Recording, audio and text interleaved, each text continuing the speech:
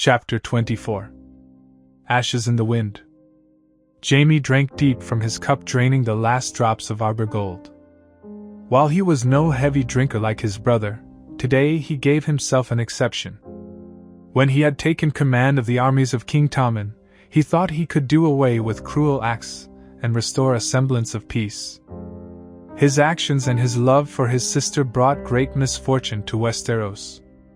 He lost 2 children to poison, and he knew the pain of loss.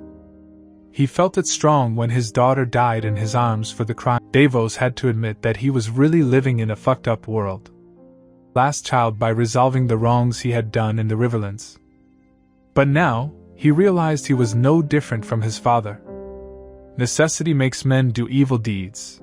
He thought grimly as he filled his cup with wine from the pitcher. Only wine could dull his mind and stop him from thinking of what he did, or at least what he threatened to do. Jaime remembered not too long ago he had questioned his father about the Red Wedding. His father had turned that question around on him. Does it matter whether our enemies are killed on a battlefield or in a wedding? He thought the answer to that question was yes, yet he stayed silent that day. Now, he knew why he stayed silent instead of answering yes. Because I'm Tywin Lannister's son and I have more in common with father than I realized. Only Tywin Lannister's son could threaten Edmure Tully with catapulting his pregnant wife over Riverrun's walls.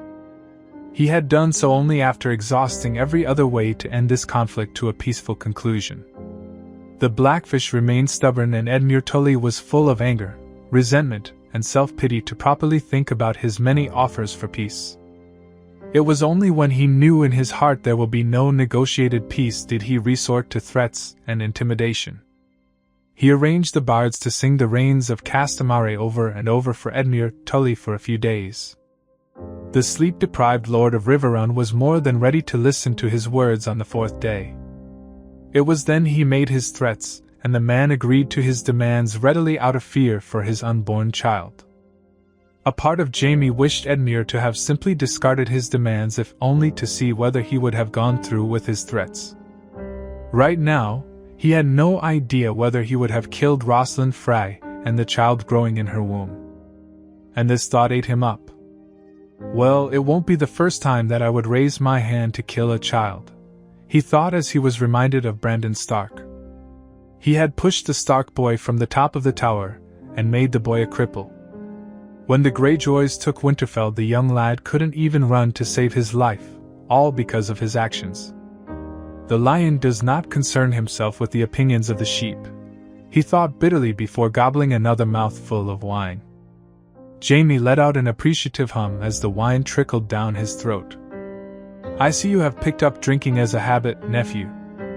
Not a good habit in these times, mind you, said his Aunt Jenna, who was now standing inside his tent. Tyrion would have loved this wine. It is a fine batch, he said nonchalantly, looking at his cup, and drained the rest in one go. Tyrion had his reasons to drink as much as he did. Even then, he always knew when to drink and when not to. You, on the other hand, Jenna trailed off before she took a seat across from him. Why the concern, dear aunt? He asked before refilling his cup despite his aunt's disapproving stare. I think I should be concerned, seeing as you are the one who is supposed to reclaim Riverrun for us. Yes. Worry not. You and your children will have your new castle. You have my word. Is that why you sent Edmure Tully into the castle? I wonder what madness has gripped your mind to hand over Edmure to the Blackfish. Do not speak to me as you speak to your husband, aunt. Jaime thundered, smashing his metal hand against the wooden table. I do what I do to win at all costs with minimal losses to my men. I will not be questioned by anyone against my command. Jenna let out a scoff to his mild surprise and looked the least bit fazed by his outburst. I am Tywin Lannister's sister-nephew. I have lived with him longer than you did, so believe me when I say you are not nearly as intimidating as my brother, said Jenna with a glare. Now, if you have calmed down, explain why you sent our hostage into the castle. Jaime didn't feel he had to explain himself to anyone, but he let that feeling pass. To ensure Brynden Tully's surrender Riverrun. said Jamie with a sigh as he refilled his cup with more wine. "I think you are overestimating what Blackfish is capable of. He is an old man pinned down inside a castle surrounded by enemies. Edmure Tully is the Lord of Riverrun, and he is well loved by the small folk. How is setting him free going to make Brynden Tully surrender?" Jamie shook his head, holding back a sigh not to seem disrespectful. "Edmure Tully is a fool with a good heart," he would say. "It was for this reason that he threatened the life of the man's unborn child and wife. Just as he assumed Edmure buckled under his threat. Edmure was never a threat to Lannister rule. The real threat came from Brynden Tully. The Blackfish is an old man, but a stubborn, vindictive and capable old man. The man is a gifted battle commander, and played a critical role in the Young Wolf's campaign. The Riverlords respect Brynden Tully more than Edmure Tully. If Riverlands has to come under the king's peace, Brynden Tully should be removed from the land." Jamie knew why his aunt is concerned about Edmure. Tommen granted the lordship of Riverrun to Emmon Fry, who happens to be his aunt's husband. This would make his aunt the Lady of Riverrun, an elevation to her status from just being Tywin Lannister's sister. With Edmure Tully and his progeny amongst the living, his aunt feared for her children's inheritance. While he knew his aunt to be far more intelligent than her husband, he has to disagree with her assumption about Edmure Tully. The Lord of Riverrun is certainly loved by the small folk. But for how long will this last? The small folk and Riverlords dislike the phrase, but despite all that, they are tired of war. Edmure is married to a Fry, and the war just drags on, bringing death and misery everywhere. It could be arranged so that the small folk resent the man's Fry wife and any possible heirs from their union. Brynden Tully, on the other hand, has no such weakness. The Blackfish has the ability to rally the Riverlords to his side, and Jamie believed this will happen if a whiff of weakness can be seen among the Lannisters. Already, the Blackwoods are supporting the Tullys. The Mallisters, Vance, Piper and many other houses had initially joined House Tully only to dip their banners later. To Jamie, peace in the Riverlands hinged on his ability to capture Brynden Tully. He would have ensured the Blackfish was allowed to take the Black or his old post at the Bloody Gate. But now, seeing the man's stubborn nature, there was only one way to ensure the crown's hold on Riverlands remained stable. Brynden Tully should die. Failing that, the man must be taken prisoner to King's Landing or Casterly Rock. "You need not worry about Edmure Tully, dear aunt. He will open the gates of Riverrun for us," said Jamie. "If he did not, then I'll be forced to go through with my threat." He thought grimly. "How can you be sure?" asked Jenna. "Family, duty and honor are the words of House Tully. Lord Edmure will open the gates, for he loves his wife and his unborn child. He loves them more than a pile of stone and wood," said Jamie before taking another mouthful of wine. "And I respect him more for that same reason." Brynden Tully watched on as the drawbridge was let down for Edmure to enter the castle. He knew exactly why his nephew was released, but he would not deny the Lord of Riverrun passage to his castle. That fork-tongued Lannister may have convinced his nephew to surrender the castle. Or maybe his nephew will grow a backbone and join him on the castle walls to defend their home. Whatever the case might be, Brynden knew what he was going to do. He will fight till the very end for his home. In the end, the only fate he can control is his own, and that is what he will do. Riverrun held many memories for him. It was within these walls he grew up. He learned to be a man, a knight of honor and chivalry from his father within these walls. He learned about the great feats of his ancestors, the rich history of many of the great lords of House Tully. It was here he taught his nephew to walk. It was here he read stories to his nieces, his dear Cat and Lisa. It was also in this castle he quarreled with his brother. There were many happy memories and equally bad ones as well. Looking back, he felt blessed to have such a family to call his own. Many others were not so fortunate as he was. Now, his brother and nieces were dead. Only 2 Tullys remained among the living, and only one can ensure the name remains. At this point, he cared not for the continuity of the name. His sole goal was now to inflict as much damage on the Lannisters. This is why he declined to concede Riverrun without a fight. He will bleed the Lannisters white, and if luck would have it, he will do what Robb Stark should have done. Kill the Kingslayer, and put his head on a spike. These days he lived not for his family or his house. Only the memories of his family remained in his heart. This is why he refused to concede Riverrun to some filthy rats and their honorless masters that easily. There was nothing much to live for but plenty to die for. He silently watched as his nephew climbed up the steps to join him on the wall. There was a vacant look in the eyes of his nephew, and Brynden felt a twinge of sympathy. Edmure looked like he got a much-needed wash, but no amount of bath was going to hide the scars on a soul. "I want you to surrender." It was the first thing his nephew spoke, and that made Brynden scoff. "Surrender?" Brynden asked incredulously before he laughed. "Is this why the Kingslayer released you, Edmure? Then he will be terribly disappointed." "Uncle." Edmure took a deep breath. "I am the Lord of Riverrun, and I'm ordering you to surrender the castle." Brynden took a good look at his nephew before snorting derisively. "Lord of Riverrun? I don't see a Lord of Riverrun before me. What I see is a spineless wimp puppeteered by the Lannisters, spurred on by threats or perhaps promise of riches and a warm home far away from this castle," Brynden said with a frown. "Tell me, what did the Lannisters offer you? A good bed?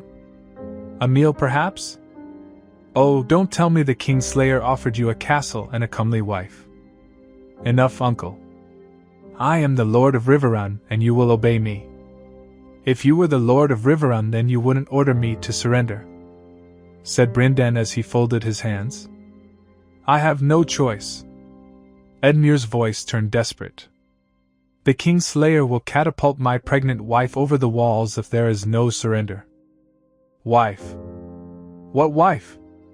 Brynden thundered as he pushed his nephew against the stone walls of his home. "What kind of wife stands by and watches her husband's sister get slaughtered in her home? What kind of wife stays silent as her husband's nephew's pregnant wife was butchered? What kind of wife stays silent as her husband's friends get slaughtered like pigs?" Brynden surged forward and slapped Edmure across the face. "Open your eyes, you fool!" Brynden caught his nephew by the neck and dragged him over so they were overlooking the Tully men and the small folk inside the castle. "Look at them. These are people who lost their loved ones in this war. They have lost fathers, brothers, sons, daughters, mothers, sisters and friends in this war to the filth camped outside this castle. If Riverrun surrenders, those Freys will continue to harm our people. The Lannisters will continue to burn and loot our lands. Is that what you want? But my child, but nothing. You are the Lord of Riverrun. Everyone here is under your protection. Now tell me, will you value the lives of the people loyal to our house, or will you value the life of a lying, treacherous whore of House Frey? But she carries my child," screamed Edmure. "Does she? You know this to be fact now, Edmure?" asked Brynden, trying hard to sound as normal as possible, all the while holding back his instinct to bash the head of his thick-headed nephew against the wall. "I saw her. I spoke to her. She is with child." "And how do you know she carries your child?" asked Brynden patiently. "What? For all you know, Walder Frey's seed is growing inside her. I wouldn't put it past that pathetic filth at this point. She is carrying my child," cried Edmure hysterically. "But you don't know that for a fact. I wonder how you believe anything these lying honorless cunts say, Edmure. Are you willing to throw everything our ancestors built on the word of a Frey whore? She is not a whore. She is my wife." Brynden released his hold on his nephew's neck and stood back. "I see. So you have already decided, and nothing I say will convince you otherwise. I do not want to see any more death. There has been enough killing," said Edmure with tears running down his eyes. "No, Edmure. There will be more killing to come. Give the order to raise the gates if you so wish. The men may heed your order." But I won't stand aside and let my home fall to the Lannisters and Freys," said Brynden before he turned around and started to climb down the stairs. "What will you do?" asked Edmure from his back, which gave him pause. "Fight. Fight till the very end," he answered before he picked up a shield and readied his sword for the last fight of his life. "I was born in this castle, it is only right that I die here defending it," Brynden thought. "But you will die," cried Edmure. "We all die. Let the stranger come if he so wishes. I will make him wait a bit longer to collect me." He took his position near the drawbridge and waited patiently. Finally, "I'm coming, brother. Just wait a bit more. Sir Jaime, Sir Jaime." Edwin Fry rushed into his tent, interrupting his conversation with Aunt Jenna. "Well, what is it?" he snapped, not too happy to wait as the Fry before he struggled to breathe properly. The Frey seems to possess an uncanny gift in annoying him. Yesterday, it was Ryman Fry that annoyed him the most, and he had the man expelled from this siege. Now, Ryman's son stood before him, and he was a moment away from expelling the son to join the father. "Sir Jaime, Riverrun has lowered the Stark and Tully banners. The drawbridge lowers as we speak," said Edwin breathlessly, and Jaime could see the Frey's eyes shining with excitement. "Riverrun is surrendering. Now that's a bit of good news," thought Jaime with relief as the built-up anger inside his mind bled away in an instant in favor of this bloodless victory. "Bring me Adam Marbrand and Lyle Craighall," he ordered immediately, and watched on silently as the Fry scurry away from his tent. "It seems you were right to send Edmure Tully. The man must have been terrified for his life," said Jenna, radiating happiness. "It's not for his life he fears," thought Jaime as he stepped out of his tent. He was immediately joined by his 3 squires, Louise Piper, Garrett Page, and Jasmine Peckledon. "Your horse, sir," said Louise Piper. The youngest son of Clement Piper handed over the reins of his horse, Honor. Jaime took stock of the Piper boy and thought of some opinions from the Westerland lords. Many of the Westerland lords were wary of the River lords. The attacks on their caravan and supply lines were keeping their forces spread thin, not to mention depleting their resources. Many of the lords suspected the River lords were in cahoots with the Brotherhood. Some went as far as to say that it was the River lords themselves who were responsible for these attacks. This had nearly spilt into a fight between the two groups of lords. He managed to drain the attitudes out of both groups, and since then his camp has been split. The River lords, except the Freys, were now camped further south of Riverrun, and so far this has kept the peace in his host. But if there was any truth to the concerns of his fellow Westermen, then he would see to it he will have only one squire. Jasmine Peckledon was more than enough for a squire, and the boy was a Westerman. "It looks like there won't be a battle," said Bronn, who welcomed himself in with a swagger. Jaime credited that to the cup of wine held in Bronn's hand. "You seem disappointed," said Jaime. "Oh, I'm happy. Look." Bronn raised the cup and drained the wine. "That's why I'm celebrating." Another familiar voice joined them, and this time it was Jaime's old friend. "It looks like we may get a bloodless victory," said Adam Marbrand with a pleased smile stretching on his face. "The Blackwoods remain defiant to the crown, my lord. We will most likely see blood spill," said Lyle Craighall the Strongbore as he too joined Jaime's side. "With Riverrun in our hands, I'm sure Tyro's Blackwood will see reason and bend the knee." "I'd be more worried about the Brotherhood," said Adam Marbrand. "The Blackwoods and the Brotherhood can wait, my friend," Jaime commented before turning to address the Strongbore. "I want you to lead our men and secure the castle while Sir Adam captures Brynden Tully." "As you wish, Sir Jaime." Jaime watched the two knights leave. He hoped Riverrun would surrender without any incident. "So, where will you send the old man and the Tully men-at-arms?" asked Bronn. "If Brynden Tully is willing, the wall probably." "How's that going to happen?" asked Bronn. "Mayhaps a ship could be arranged to set sail for Eastwatch," he said with a shrug. Before anything else could be said, a commotion broke out in the camps, caught their attention. "What is going on over there?" Jaime asked with a frown. "Most likely a drunken brawl. A few Freys were picking fights with the Crownlanders this morning," said Bronn. "Knock some sense into them," ordered Jaime with a grimace. "With pleasure," said Bronn with a happy grin. "Always wanted to punch a highborn in the face." Just as Bronn turned to leave, Jaime watched the color drain from Bronn's face. "What?" he asked with a raised eyebrow. "Look," Bronn trailed off with wide eyes pointing to the sky. Jaime looked to the sky. His eyes widened in horror as a dragon emerged from the clouds. The earth-shattering roar sent a shiver down his spine, and for a moment a veil covered his eyes. Screams were the next thing he heard, and his eyes found red-hot flames everywhere. He was down on the ground with Bronn. He could feel the warmth of the flames. It held no comforting warmth, but the promise of destruction and death. He realized Bronn had probably saved his life by tackling him to the ground away from the flames' path. It took him a moment to regain his bearings.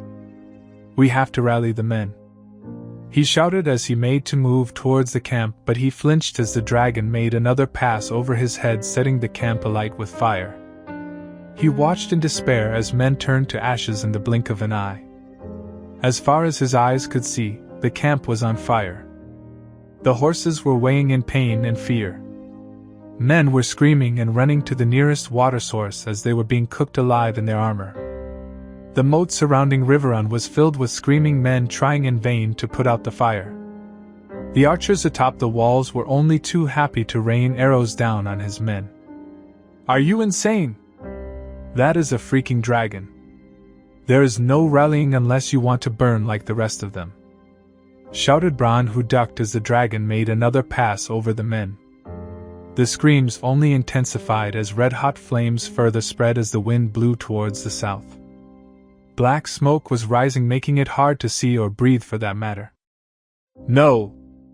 We can still save them," said Jaime desperately before he managed to climb over a fleeing horse.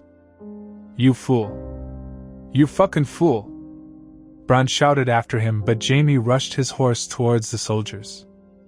"Archers! Archers! Line up!" he screamed and shouted through the ranks of his disarrayed army. "We have lost. We will die if we stay and fight," screamed Lau Crakehall, who joined Jaime on a horse. "We can win this fight," said Jaime stubbornly. "Archers, form a line! Form a line if you want to live! Form a line, you bastards!" The dragon took a turn over the castle of Riverrun, and then glided straight for his position. "Archers, knock!" he shouted. Some 50 archers took up positions along the siege lines, ready with their longbows. The dragon drew closer and closer, but before he could give the order to loose the arrows, a flock of crows attacked them, disrupting their formation. The next thing he knew, he was thrown over by his horse as the dragon spit flames that vaporized his men. The smell of burnt flesh filled his nostrils. It was getting hard to breathe as black smoke filled his lungs. His heart hammered away and his body was being cooked inside the armor. Black spots began to fill his vision, and the last thing he saw before darkness took him was the charred corpse of Lau Crakehall. Randall looked over the dark clouds gathering in the sky. Strong gales of wind swept through the land, and he cursed the gods for throwing obstruction after obstruction on his path. At first, the invasion into the Stormlands was an easy matter. The Stormlords were weak, and they knew better than to oppose the progress of the Reach army under his command. The western parts of Stormlands remained loyal to the crown. The southern parts he was not so sure, as they had aligned with Stannis Baratheon. Their present state of loyalty was in flux. The Dornish had already poisoned the Baratheon princess as revenge for the death of Prince Oberyn. It would be remiss of him if he were to take the Dornish threat lightly. This was why he split his 30,000-strong host in two. He left 5,000 men at Summerhall so that they may reinforce the Dornish marches near the Stormlands. The rest of the army marched with him to reclaim the castles taken by the Golden Company. His house held archives of detailed campaigns of the Golden Company of the past. While he certainly knew there was fresh blood in the Sellsword Company, it helped to know the enemy. His father and many of his relatives had fought in the War of Ninepenny Kings. The accounts of the war were particularly brutal. While the War of Ninepenny Kings was fought in the Stepstones, it helped him to study the resources that the Golden Company could employ at a given time. Unlike the previous time, the present-day Golden Company lacked a professional fleet as far as he knew. If they did have a fleet, he gathered they would have struck at Dragonstone. With the royal fleet decimated and only a portion of Redwyne fleet present at the islands, the Golden Company could have taken the Narrow Sea. No doubt, John Cunnington has planned this attack on the Stormlands. He thought it was a sound move in his opinion. While some fools might think Cunnington chose to strike at the Stormlands as a show of revenge, he knew better. As Kevin Lannister said, Cunnington is no fool. By striking at the Stormlands, Cunnington has inadvertently spoken his secrets to Randall. The Golden Company chose the Stormlands to land because they lacked a sizable fleet. Even now, with the Redwyne fleet taking its leave, the Golden Company chose to hole up in Storm's End rather than sail to Dragonstone. This let Randall know that the Golden Company is lacking in supplies and a professional fleet. Cunnington chose the Stormlands because the Golden Company can forage from the lands and fight their way to King's Landing. He assumed a sizable Dornish host was being gathered at the marches that will merge with the Golden Company. Together the two hosts could potentially fight their way into the Reach, and many lords would throw in their lot behind the Mummer's Dragon. Randall could not allow the Reach to become the battleground of this war. If war is to spill into the Reach, their fields will burn, granaries will be looted, and food stocks will deplete. This will lead to famine, and many more will die. Diseases will spread, bandits will scour the lands, and the survivors will face winter with nothing in their hands. The Ironborn has already proved to be a menace by taking the Shield Islands. From the latest reports, the Ironborn dealt a heavy blow to the Redwyne fleet, and now controls some parts of Arbor. Last he heard, Whispering Sound had seen many Kraken sails too close to the bay. Old Town is now in serious danger from the Iron Fleet. Under these circumstances, the Reach won't be able to withstand an invasion by the combined host of the Golden Company and Dorne. This left Randall with two options. 1. He could broker peace with this Aegon Targaryen and John Cunnington. If the boy is Rhaegar's son, the Iron Throne is his by right. Randall will be warmly welcomed by Cunnington as they were old allies. House Tarly has always obeyed the will of Targaryen kings and queens after the conquest. Second, he commits to destroy the Golden Company and put Aegon Targaryen's head on a spike.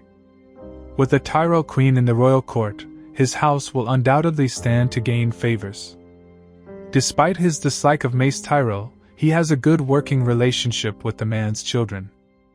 The Targaryen boy, on the other hand, is someone he did not know. There was a strong possibility that this Aegon is a Blackfire hiding behind the Targaryen name. It didn't matter whether this Aegon is a black or red dragon. If the Golden Company wins the Iron Throne for this Aegon, then the Reach will bleed. The Golden Company is filled with leagues of exiles and bastards from the Reach. He doubted those exiles and bastards will be fine with their ancestral homes remain in the hands of another. If blood is to flow, then let it flow in the Stormlands, he thought grimly. Lord Tarly? He addressed the guard who called for his attention. My lord, the birds have assembled as you ordered, said the guard with a bow. Good. He dismissed the guard before he made his way to the command tent. The lords of the Reach that traveled with him were assembled sitting around a table with refreshments. He took his seat at the head of the table. My lords, thank you for your swift arrival. I believe Lord Rowan has some information to share with us.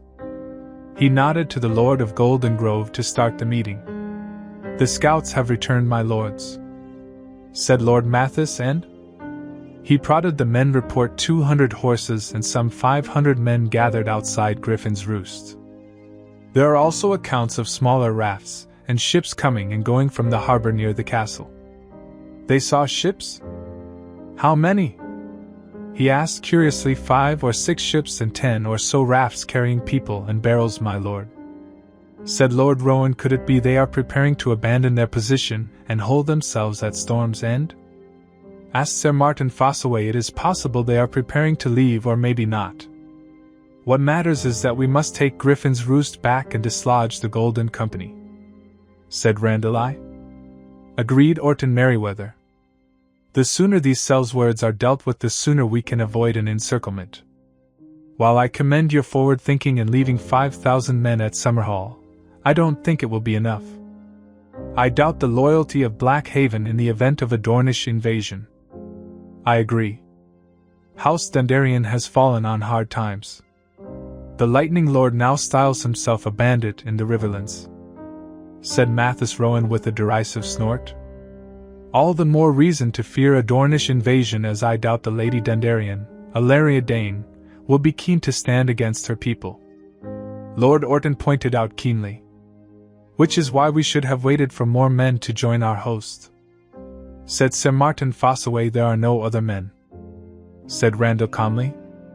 We are all that is standing to cleanse our lands from foreign invaders. The eastern parts of the Reach have answered the call of King Tommen. The rest of the Reach must defend our coasts from the Ironborn.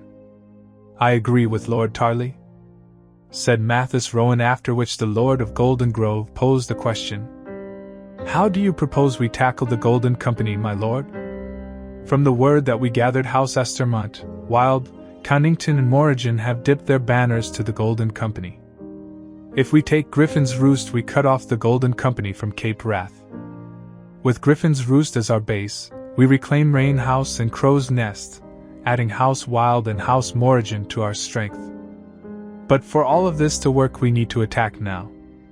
Then that is what we shall do, said Lord Rowan as promised. The Reach Lords gathered their men and marched the whole day to be as close to Griffin's Roost. They made their camp at night, and renewed their marching towards the castle on the next day. In the evening, Randall could see the lands of House Connington. The fields were stripped bare of the harvest, and he saw little of the small folk. Would Connington allow his own lands to be destroyed like this? Or could it be that Connington does not hold sway over the Sellsword Company? He thought grimly. If the latter is the case, he feared the worst is yet to come for the people of this land. A commotion broke out at the front lines to his displeasure. He hated to admit it, but the Reach army under his command was filled with greenbuoys. Most of the battle-hardened men were defending the coasts of the Reach. Even some of the lords accompanying his host knew little of war. Chief among them is Lord Orton Merriweather of Long Table, who was galloping towards him on a horse. Lord Tarley, there seemed to be men outside the walls of the castle. Some 100 horses and an equal number of foot. Now that's curious. Why don't they just sit behind the walls? Could it be a trap? He thought, take 200 horses, 50 spearmen and another 50 archers. Threaten the men holding the gates, but only attack on my signal. Try to draw them out if you can. Good hunting, Lord Merriweather. Randall clapped the Lord of Long Table on his shoulder before seeking out Lord Rowan. Lord Rowan, I want you to take some 1,000 men around the castle and attack from the south. Attack the harbor and cut off anyone that tries to escape. Expect a charge from the north. A flanking strike then. Good hunting, Lord Tarley. Lord Rowan nodded before breaking away with his men. Randall passed more orders to his army and watched from a good vantage point as the two lords made their progress.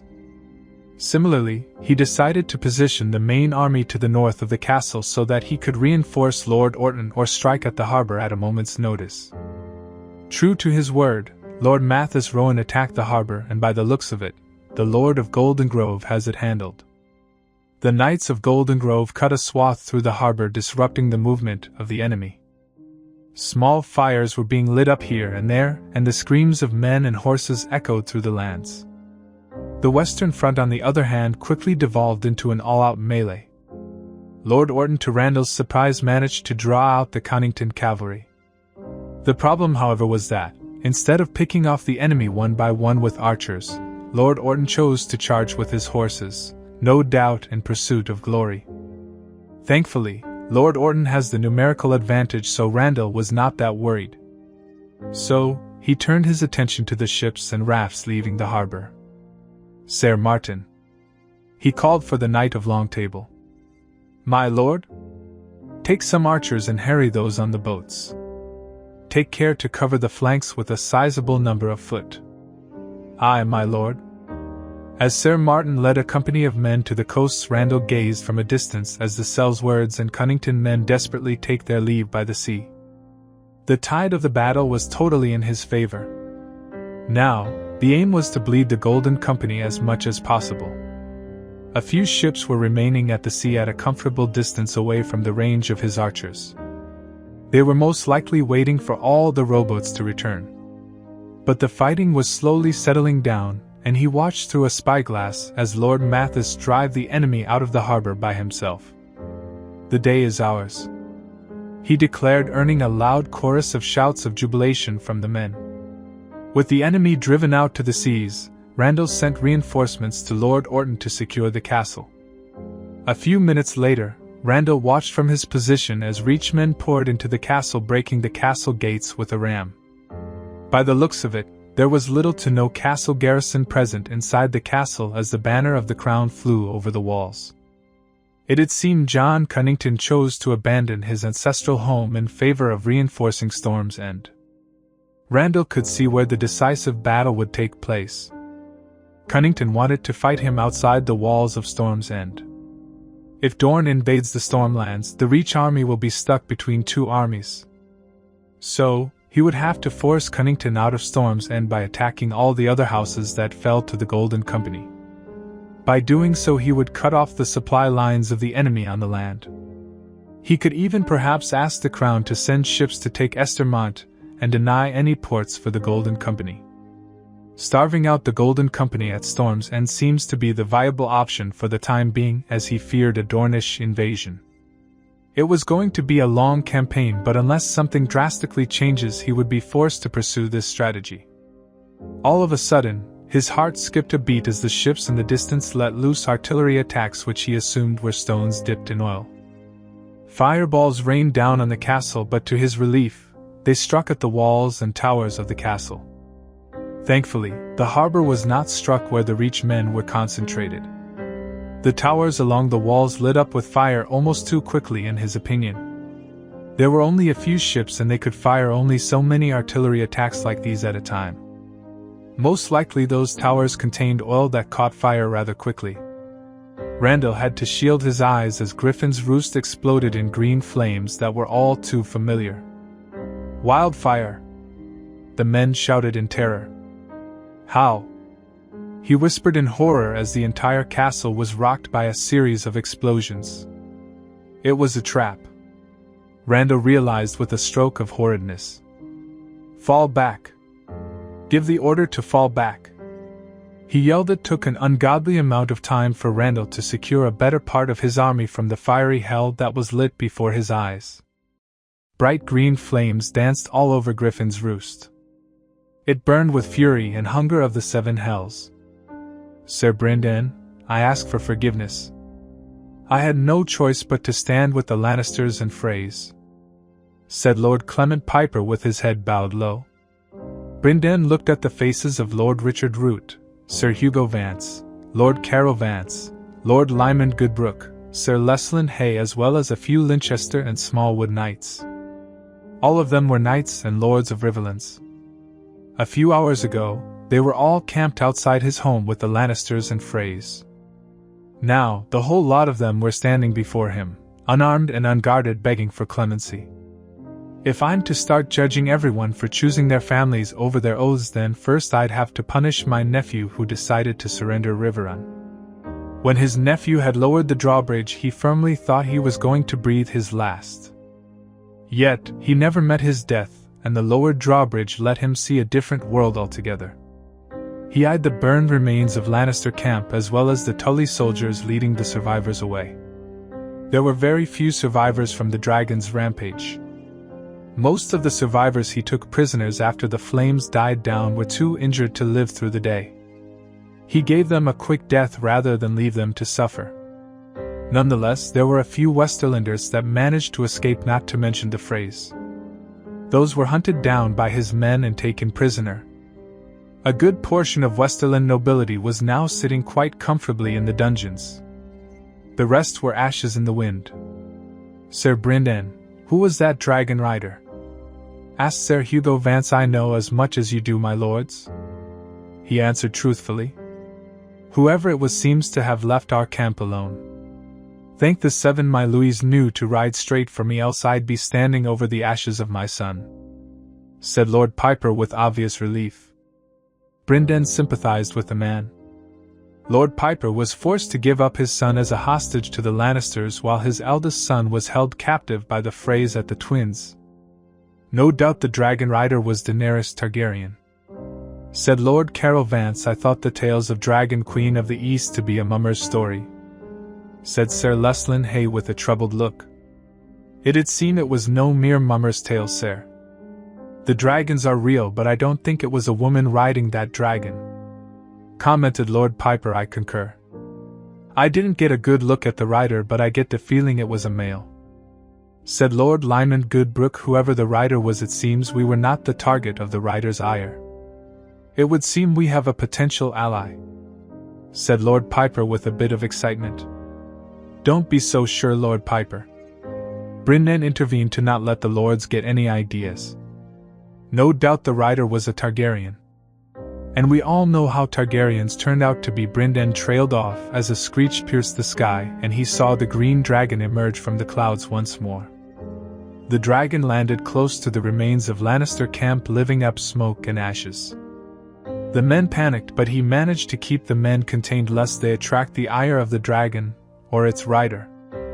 The lords and knights of the Riverlands collectively took a step back as the dragon let out a terrifying roar that shook many to the core. The horses became spooked and threw their riders down. Over the castle walls, archers lined up aiming for the dragon with their bows. Stand down, you fools! He shouted towards the men, and a hard glare later they obeyed his command by lowering their bows. Brynden watched with bated breath as the rider stepped down from the dragon's back. The figure removed the helmet, and a boyish face greeted them, inadvertently confirming this was not Daenerys Targaryen. The rider was clad in black armor with a strange split sigil painted at the front. The wolf heads etched on the sides of the cuirass of the armor only made him frown in thought. Lords of Riverlands, you don't know me? My name is Daeron Targaryen. Some of you may know me by another name, Jon Snow, the bastard of Winterfell and the Lord Commander of the Night's Watch. The rider's words made Brynden widen his eyes in surprise. My uncle, Eddard Stark, found me and my mother guarded by Sir Arthur Dayne, Sir Oswald Went and Lord Commander Gerald Hightower. He shielded me from the ire of the whoremongering usurper who took the Iron Throne over the blood of children and women. Wait. Does that mean you are? Lord Piper trailed off with wide eyes. Brynden noted his fellow Riverlanders were not faring any better. The implications were clear, but still I am the son of Rhaegar Targaryen and Lyanna Stark. Then Ned Stark lied all this time to my niece, said Brynden in shock. Lady Catelyn was too emotional and too volatile to be trusted with my real identity. Seeing as she got fooled by her sister and her childhood friend into starting a war that drove House Stark to near extinction, my uncle was wise in keeping his secrets from his wife, said Daeron in a bland tone. Brynden got the feeling Daeron was not so fond of his niece. He remembered Cat speaking not so favorably of her husband's bastard, especially after Robb declared his half-brother the heir to the north. You took the black, did you not? King Robb expected you to ride out from the wall when you heard about your uncle's death, said Brynden, keeping his gaze firmly on the face of this supposed half-Stark. I nearly did. My oath and a few friends kept me from deserting my post. But now, oaths do not matter much when the rest of the world cares not for honor. When guests are slaughtered under guest rights, men kill each other under banners of truce, children are poisoned to death and women are shamed, oaths mean nothing. Evil will triumph when good men refuse to act, said Daeron before drawing a sword from the scabbard. The blade sang as it cut the air keenly. The smoky ripples along its surface clearly showed it was Valyrian steel. Brynden watched as Daeron stabbed the sword to the ground and the dragon head pommel shined because of the red ruby sitting on the pommel. If oaths and honor become shackles that allow evil to thrive, then those shackles must be broken. I have come here to free Riverlands from the Lannisters and Freys. I freed the North from the Boltons. The line of flayed man has ended at the tip of my sword and Robb's death is avenged. But I'll not stop there, said Daeron and paused before he had the sword in his hand. I intend to cleanse the Riverlands of the filth that goes by the name of Fry. I intend to ride west and put every Lannister head on a spike. I intend to march to King's Landing and drive Dark Sister deep into the black heart of Cersei Lannister. I intend to break Westeros upon my knees and reforge it in the heat of dragon flames as Aegon the Dragon did before me. This is my conquest of the Seven Kingdoms. And I'm willing to reenact the burning of Harrenhal if that is what is required of the Riverlords to call me your king. That bold declaration and the implications behind those words stunned the Riverlords. For a moment, an uncomfortable silence prevailed, only to be broken by Clement Piper. Your Grace. Lord Piper was the first to bend the knee, followed by the other Riverlords. Brynden was the last remaining Riverlander to stand on his feet. I took the Tullus for the last, said Daeron with a roll of his eyes. Brynden took no offense to that. I fought a war to dethrone a mad dragon, said Brynden. You did, and congratulations, you succeeded. Look where that has led you. Wolves, stags, lions, falcons, trout or krakens can't bear the weight of the Seven Kingdoms. Even together you can't bear that weight. Dragons forge the Seven Kingdoms, and only a dragon can bear the weight of these combined kingdoms. I am that dragon.